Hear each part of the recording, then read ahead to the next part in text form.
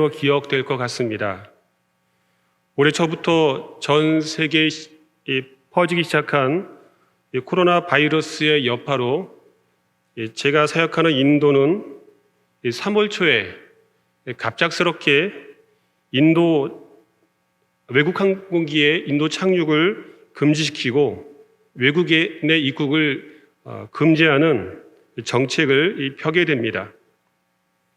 그래서 정확하게 3월 24일부터 럭다운이라고 하는 국가 봉쇄력이 실시하게 되게 됩니다.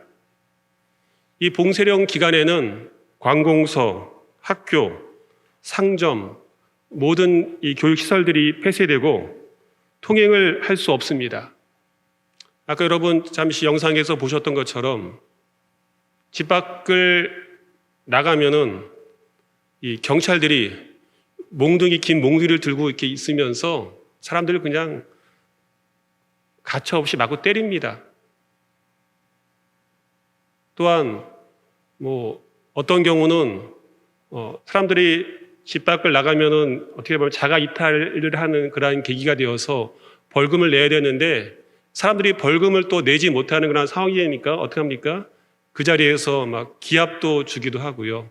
또 쪼그려뜨기도 하고 그렇게 시키고 돌려 보내곤 합니다. 이렇게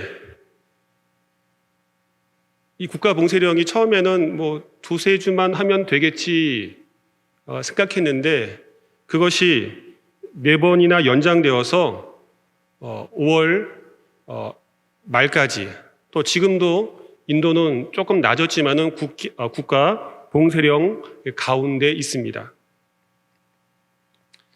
이 봉쇄령 기간에는 바깥으로 나갈 수 있는 그런 경우는 생필품을 사기 위해서 나가는 경우에는 모든 것이 허락되지 않습니다.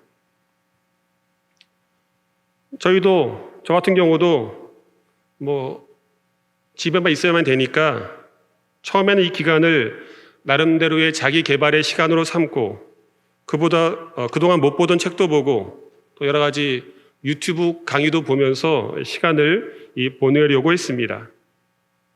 하지만 한 달 지나고 기약도 없이 계속 이 봉쇄령이 연장되니까 날씨도 덥고 또 지치면서 이렇게 제대로 하기가 힘들었습니다. 저희가 특별히 이번에는 그동안 6년 사역을 이제 하고 6월부터 이제 안식월을 하기로 하고 그동안 준비를 이렇게 하였습니다.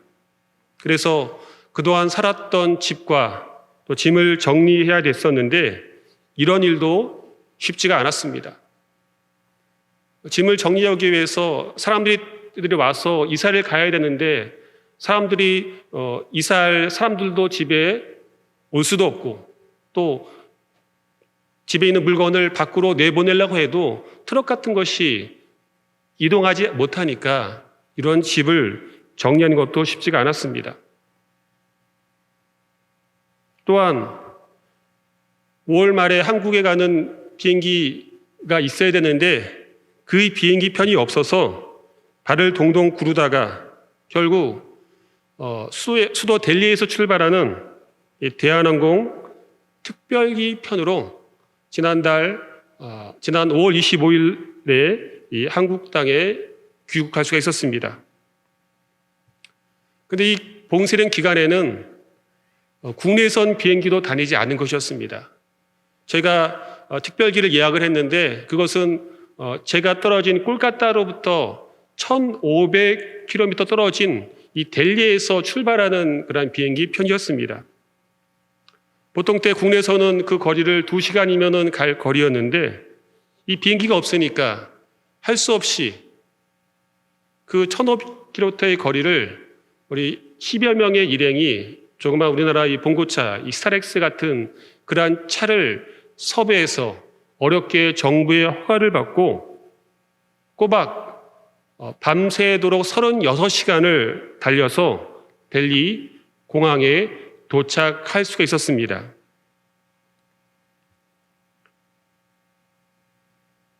그렇게 델리 공항에 도착해서 또 7시간의 시간을 거쳐서 인천 공항에 도착하였습니다.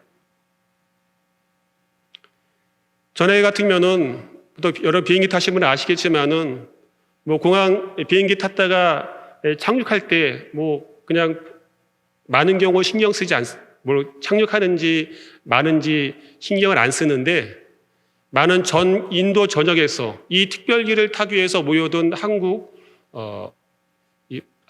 사람들이 어렵게 그렇게 저희 같은 그런 여정 끝에 이 비행기를 타고 인천 공항에 착륙하는 그런 순간에 안도의 한숨을 내쉬는 것을 이렇게 보았습니다.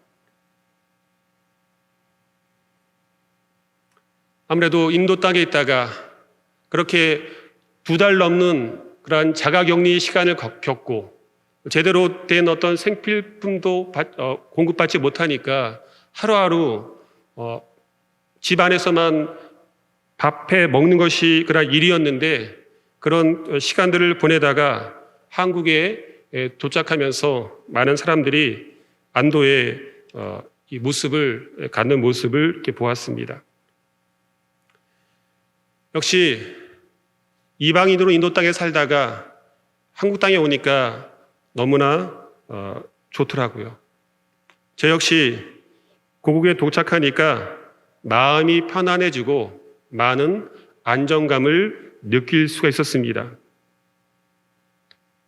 한국에 도착해서 14일에 또 자가격리의 시간을 저쪽 충남 당진의 이 숙소에서 이렇게 보낼 수가 있었습니다.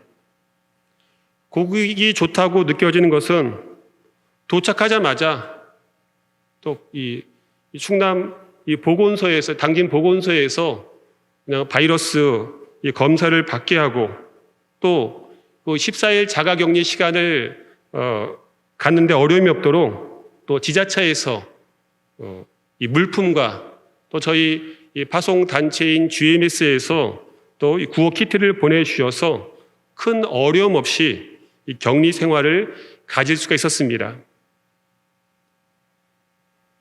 지금도 한국에 계신 성도님들과 많은 교회들이 코로나 사태로 교회의 생활에서, 일반 생활에서 많은 어려움을 겪고 있다는 소식을 접해 알고 있습니다. 우리 성도 여러분, 정말 고생 많으셨고 이런 어려운 상황 가운데 교회와 선교를 위해서 애써주시고 또 섬겨주심에 진심으로 감사드립니다. 이 시간 하나님의 말씀과 더불어서 인도 선교 상황을 나누면서 함께 은혜를 나누는 시간으로 삼으려고 합니다. 아직도 인도의 많은 선교사님들은 이런 상황 속에서도 비자와 자녀들의 학업 문제 등으로 여러 사정으로 인하여서 인도를 떠나서 아직도 한국으로 오지 못하는 분들이 많이 있습니다. 아마 뉴스를 들어서 아시는 분들도 아시겠지만 지금은 인도는 하루에 확진자의 숫자가 2만 명에 가까운 숫자에 이르고 있습니다. 2만 명. 그래서 전체 숫자 보니까 오늘 약 56만 명에 가까운 숫자가 되어서 전 세계 4위 국가가 되었습니다. 또한 일일 그런 확진자 숫자를 봤을 때 아마 미국 다음이 되지 않을까 생각합니다. 봉쇄령임에도 불구하고 지금 이렇게 되고 있는 상황입니다. 전체 인도 13억 5천만 명의 인구 가운데 그 수가 작다고 생각될 수도 있겠지만은 문제는 인도의 의료시설이 너무 열악하다는 것입니다. 의심 증세가 있어도 제대로 된 시설이 없고 부족하기에 아예 정부는 병원에 오지 말라고 합니다. 그냥 집에 있으라고 합니다. 저도 어젠가 요즘 한 번씩 뉴스를 이렇게 보게 됐는데 인도에 대한 뉴스를 많이 나오더라고요. 어제도 엊그젠가 KBS 뉴스 보니까 인도의 이 한 병원에 있는 그런 환자가 자기의 상황을 말하고 있는 것입니다. 지금 자기는 코로나 바이러스 감염되어서 병원에 있는데 지금 인공 이 호흡기에 의해서 지금 생명을 부지하고 있는데 지금 의료진이 자기가 떨어져 있는 인공 호흡기를 떼어간다는 그러한 이 보고를 자기의 이 SNS에다가 직접 올리는 것이었습니다. 그래서 그런 것들이 우리나라 뉴스에 나왔는데 결국 그 사람은 그 호흡기를 뗀 다음에 거의 뭐 나이도 젊고 또 건강해 보기에는 말도 제대로 하는 그런 사람이었는데도 불구하고 호흡기를 뗀 다음에 1시간 만에 그 사람은 숨졌다는 그 소식을 들을 수가 있었습니다. 제대로 우리나라처럼 사회적 격리가 되지 못하고 또 많은 부분에서 사람들이 같이 모이다 보니까 이 감염의 속도가 점점 빨라지고 누가 그냥 환자인지도 모르고 코로나 환자인지도 모르고 죽어가는 그런 많은 사람들이 있습니다. 영상에서 보신 것처럼 도시의 많은 이주민들이 시골에서 도시에 일하러 왔다가 코로나 바이러스 도시에도 봉쇄령이 떨어지니까 멀리 시골에서 올라온 그런 사람들도 집에 가는 버스편, 교통편이 없는 것입니다. 그 사람들이 일주일 있다가 열흘 있다가 계속해서 이 도시에서 일자리도 구하지 못하고 그냥 있으니까 결국에는 집에 가려고 마음을 먹고 가는데 이 대중교통 시설이 없으니까 그들이 그냥 그 집을 걸어서 가는 것이었습니다. 그래서 아까 보신 것처럼 사람들이 그 먼 거리를 500km, 어떤 경우는 1000km를 그 대도시에서 자기네 마을까지 걸어서 가는 사람들이 속출하는 것이었습니다. 인도는 지금 3, 4월에 가장 더운 날씨거든요. 30도, 40도가 더 넘는 그런 날씨 가운데 걸어서 집으로 가다가 사람들이 탈진해서 죽는 경우도 생기고 가족들이 아이를 안고 가방 같은 데다 아이를 매달고 가는 그런 모습들을 뉴스에서 보면서 얼마나 안타까운지 모르겠습니다. 어떤 일가족은 그냥 그 대로변은 이 길 따라 가다가 이 길가에서 자다가 또 걷다가 차에 치여서 죽는 경우도 많고 어떤 일가족은 그냥 기차도 안 다니니까 기찻길이 안전하다고 생각하고 기찻길을 그냥 따라서 걷다가 어떤 특별 화물 기차에 쳐서 일가족이 10여 명 가까운 일가족이 한순간에 죽는 뉴스들도 많이 보게 됩니다. 지금도 많은 사람들이 나라에서 버스를 마련해 준다는 것 소식을 혹해서 많이 모여들다가 또한 허탕치고 돌아가는 경우도 많이 있습니다. 또 설상가상 인도에서 저 파키스탄 쪽에서 엄청난 메뚜기 떼들이 인도 땅을 또 덮쳐서 사람들이 먹을 3만 명 분량의 먹을 식량을 다 갉아 먹어 치우는 것이었습니다. 하늘에서는 메뚜기 떼들이 또 땅에서는 코로나 바이러스로 사람들이 고통 중에 있는 것입니다. 또한 제가 있는 웨스트 벵갈 주에는 어떤 일이 있었냐면은 저희가 25일 날 한국에 도착했는데 한 3, 4일 전에 이 웨스트 벵갈 주에 제가 인도에 있었지만은 엄청난 이 태풍을 맞이하게 됩니다. 한 번씩 이 웨스트 벵갈 제가 있는 콜카타 웨스트 벵갈 주에 그러한 태풍들이 오는 경우도 있었지만은 이번만큼 엄청난 이 태풍을 맞이한 적이 없었습니다. 그래서 제가 있는 집에 엄청난 바람과 우리 이번 주 부산에 월요일날 비가 많이 온 것처럼 비바람을 동반한 이 태풍이 몰아치는데요. 집에 물이 마구 들어오고, 또 태풍이 바람이 속도가 엄청나게 강하니까 집이 흔들리는 그러한 지경에 이르르면서 정말 그런 가운데 저희 가족의 안녕을 위해서, 안전을 위해서 주님 앞에 기도할 수밖에 없었습니다. 그런 과정을 겪고 또 이렇게 한국 땅에 올 수 있었던 것은 성도 여러분의 기도의 힘인 줄로 믿습니다.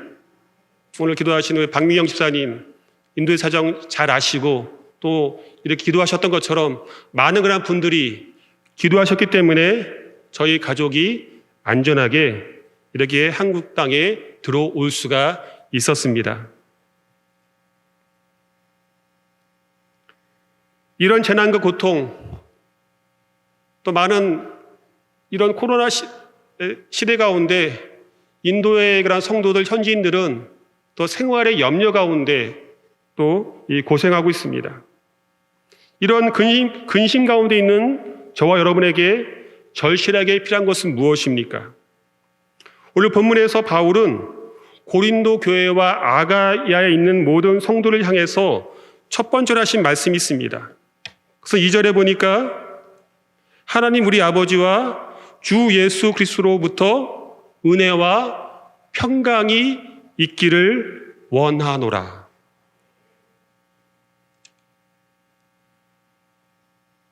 이런 코로나 사태를 경험하면서 여러분 우리의 마음이 여러분 어떠합니까?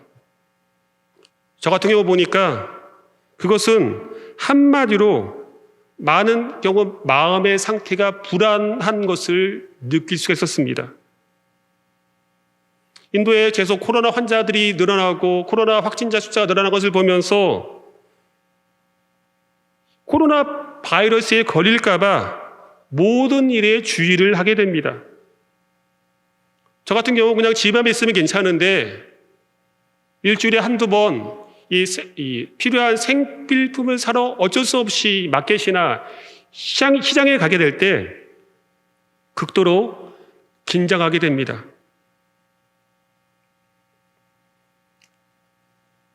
옆에 인도 사람을 통해서 그 코로나 바이러스에 걸리지 않을까, 옆에 다른 사람이 지나만 가도 신경이 쓰입니다.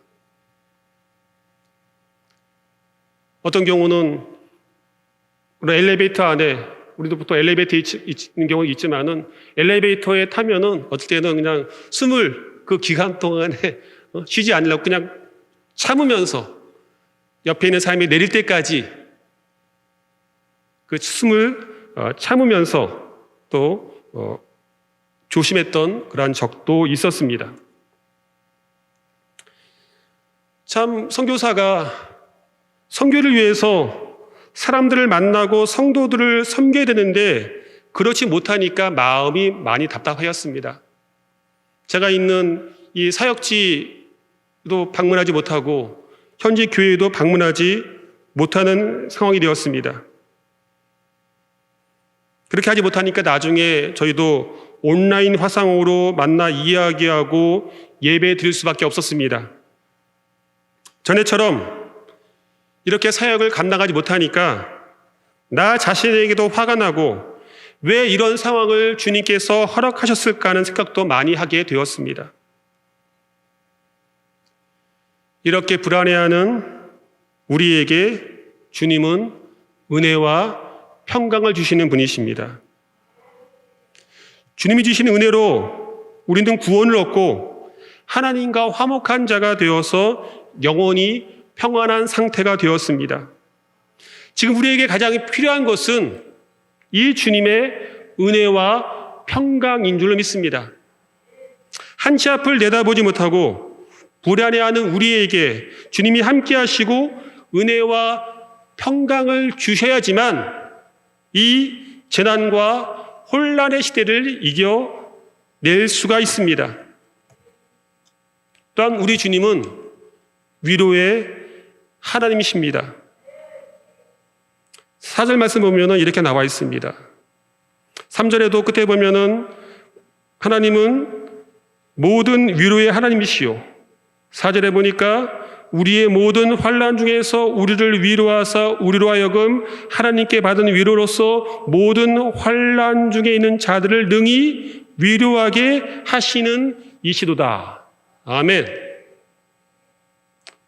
4절 말씀에 세 번이나 걸쳐서 위로라는 말이 나옵니다. 우리가 보통 평상시에는 어려움을 당할 때 남편이 아내를, 아내가 남편을, 또한 가족이 서로를 위로할 수가 있습니다. 하지만 지금 이 코로나 시대에 우리 모두가, 가족 모두가, 공동체 모두가 코로나라는 위기와 환난을 만난 상황입니다.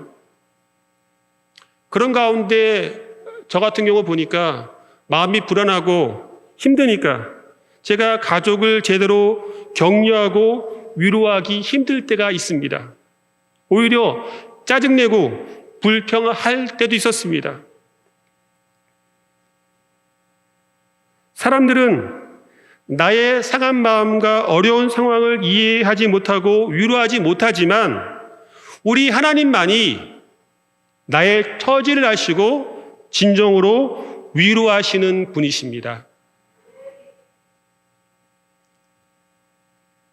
2달 동안에 집 밖에 나가지 못하고 집 안에서만 있으면서 주님을 바라보고 또 하나님 말씀을 묵상할 때 주님께서 저의 마음 가운데 이렇게 말씀하셨습니다.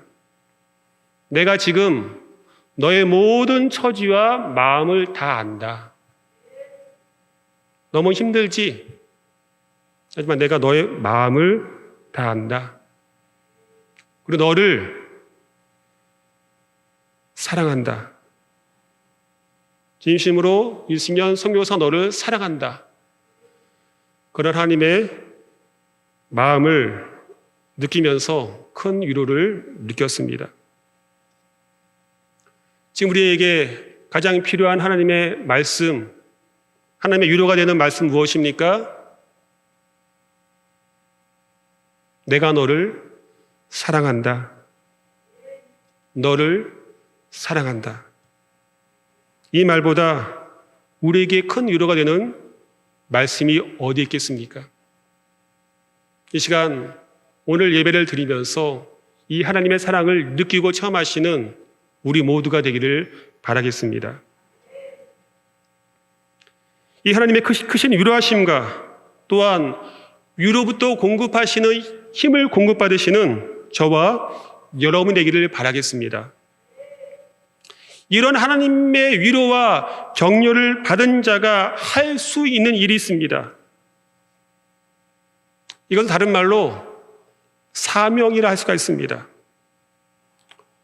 오늘 4절에 보니까 하나님께 받은 위로로서 모든 환난 중에 있는 자를 능히 위로하게 하신다. 무슨 말입니까? 하나님의 이러한 사랑을 받은 자, 하나님의 위로를 받은 자가 다른 사람을 능히 위로한다는 말입니다. 이제 우리 그리스도인들은 이 코로나의 상황을 넘어서 다른 사람들을 격려하고 이 시기에 주님의 복음으로 옆에 성도들을 위로하고 불신자들에게 복음을 전파하는 계기로 삼아야 될 줄로 믿습니다. 이러한 진정한 위로를 하기 위해서는 사랑의 마음과 겸손한 자세가 필요합니다. 초대 기독교 당시에 교회도 아주 그 당시 소수 연약한 가운데 이 코로나 바이러스 같은 전염병을 맞이하게 됩니다. 하지만 그 당시 초대교회 성도들은 전염병에 맞섰고 오히려 병에 피해를 입은 사람들을 신분, 종교, 재산, 지위에 관계없이 헌신적으로 도왔고 그들을 치료했습니다. 그 결과 이 성도들과 이 불신자들 사이에 새로운 관계가 형성되어서 그 당시에 오히려 기독교를 믿는 사람들이 더욱더 많이 늘어났습니다.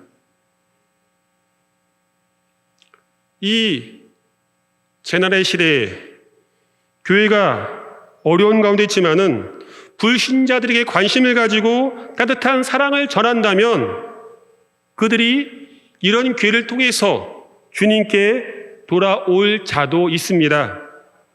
이미 이렇게 하는 교회들을 통하여서 오히려 이 시기에 많은 불신자들이 주님께 돌아온다는 반가운 소식을 듣게 됩니다. 이런 교회가 덕천제일교회가 되기를 바랍니다.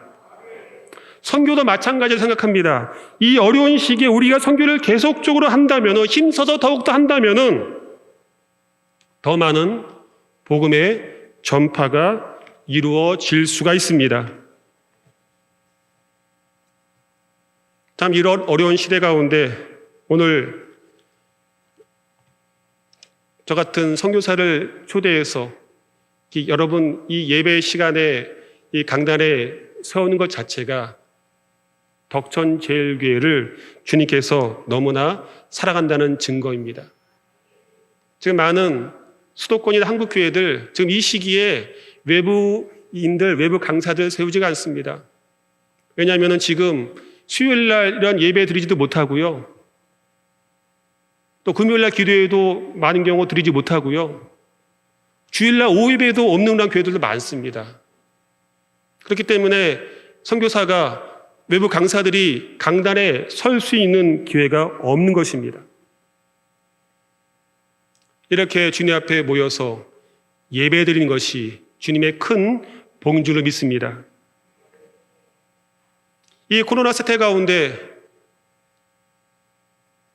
사람들이 지금 인도의 이 현지인들은 먹을 것이 없어서 또 일을 못하니까 돈이 없으니까 물건을 사지 못하니까 참 고통당하고 굶주려 있는 그런 사람들을 위해서 저희 인도의 교회들은 어려운 성도들과 이웃에게 생필품을 전하면서 주님의 사랑을 전하였습니다.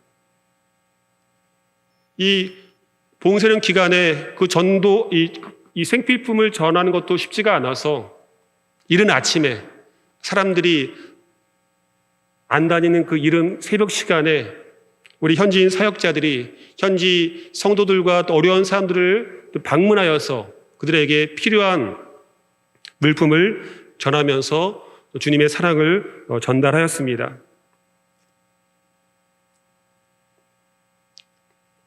인도는 말씀드린 것처럼 코로나 바이러스와 메뚜기 떼의 습격과 또한 엄청난 초대형 규모의 태풍의 피해로 인하여서 정말 국토가 황폐화된 그러한 지경에 이르렀습니다.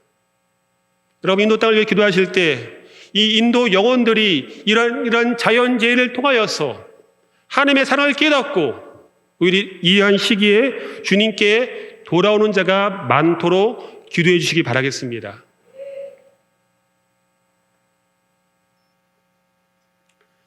이제 말씀을 맺으려고 합니다. 코로나 시대를 지나면서 우리 인간이 얼마나 연약한 존재인지를 뼈저리게 느끼게 됩니다. 정말 눈에 보이지 않는 코로나 바이러스가 우리 육체에 들어오면은 육신을 다 파괴하고 생명을 잃게 하는 그런 가운데 있습니다. 이런 어려운 상황이 되니까 참 우리의 믿음도 부족하지만 그런 가운데 있으니까 나의 믿음도 약해지는 것을 느낄 때가 있었습니다. 하지만 이런 가운데 우리는 더욱더 주님을 바라봐야 될 것입니다. 눈에 보이지 않는 작은 바이러스가 침투함으로 말미암아 지금 전 세계가 영향을 받고 있습니다. 하지만 이런 가운데 우리는 연약한 가운데서 온전해지는 하나님의 능력에 전적으로 의지할 수밖에 없습니다. 이 엄청난 재난을 겪으면서 우리의 마음과 생각에 달라진 것이 없다면 이 재난은, 이 코로나 바이러스는 아무런 의미가 없을 것입니다. 지금 우리나라는 K-방역으로 전 세계의 칭찬을 받고 있습니다. 몇 번의 지역 사회의 위기 상황이 있었지만은 지금도 산발적으로 이 환자들이 확진자들이 나오고 있지만은 어느 정도 통제하면서 안정세 가운데 있습니다. 그런데 이렇게 한 것이 정부가 잘 대응하고 시민들이 조심해서 그렇게 된 것입니까? 저는 그렇지 않다고 생각합니다. 하나님께서 우리를 도와주셨기 때문에, 우리를 지켜주셨기 때문에 이 나라가 지금 그나마 전 세계에서 안정적이고 코로나 바이러스를 통제하는 그러한 국가로 지금 평가를 받고 있습니다.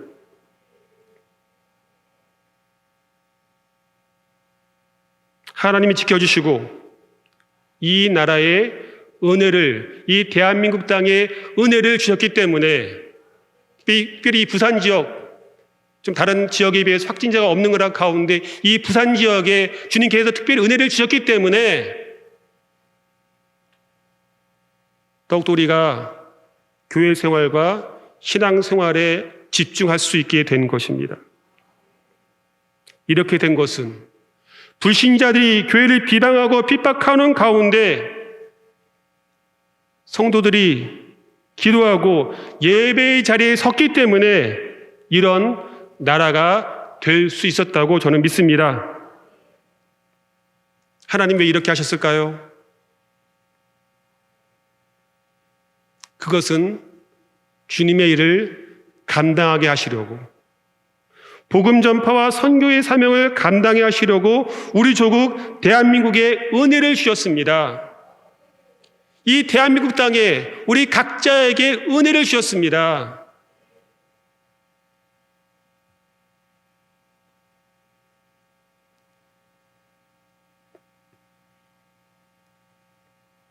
아무쪼록 오늘 말씀을 기억하면서 먼저 우리가 위로부터 주시는 하나님의 큰 위로하심을 받으시고 또한 주위 사람들을 돌아보면서 주님의 위로와 사랑을 베풀면서 더욱 주님의 일에 힘쓰시는 저와 여러분이 되기를 간절히 바랍니다.